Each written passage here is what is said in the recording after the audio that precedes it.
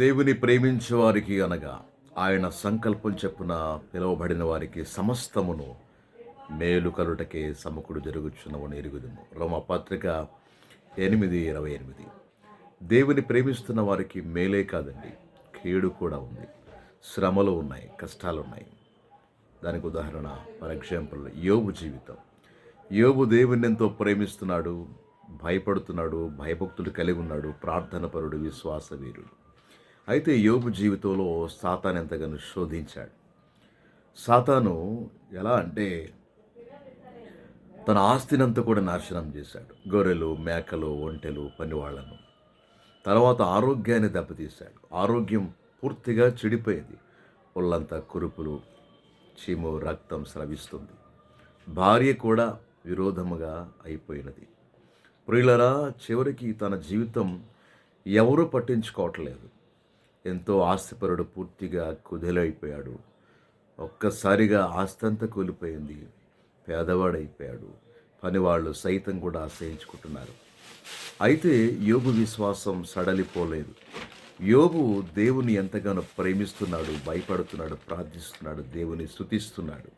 శ్రమలో కూడా యోబు దేవుణ్ణి ఆరాధిస్తున్నాడు. అయితే ఆయన విశ్వాసానికి, నమ్మకానికి, ప్రార్థనకు, స్తుతియాగానికి దేవుడు ఫలమిచ్చాడు. ఎలా అంటే యోబు ఇంత విశ్వాసం కలిగి ఉన్న కారణాన దేవుడు యోబు గ్రంథములో చూస్తే 42 అధ్యాయం 12 వాక్యం చెప్తా ఉంది. దేవుడు యెహోవా యోబును ముందుగా దీవించిన దానికంటే, ఆశీర్వదించిన దానికంటే అధికముగా ఆశీర్వదించను అని రాయబడింది. దేవుడు యోబును మొదటగా దీవించిన ఆశీర్వాదము కంటే కూడా రెండంతులుగా యోబుని ఆశీర్వదించాడు, అధికముగా ఆశీర్వదించాడు. ప్రియ నేస్తమా, ఈ వాక్యాలు నేర్చుకునే పాఠం ఏమిటి? విశ్వాసులకు శ్రమలు వస్తాయి, దైవజనులకు శ్రమలు వస్తాయి, కానీ దేవుణ్ణి విడనాడకూడదు, దేవుని విడిచిపెట్టకూడదు. ఆ శ్రమలోనే అధికంగా దేవుని పట్ల భయభక్తులు కలిగి ఉండాలి.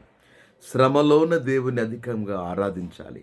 శ్రమలోనే దేవుని అధికంగా ప్రార్థించాలి. దేవునికి శ్రమలోనే నమ్మకంగా ఉండాలి.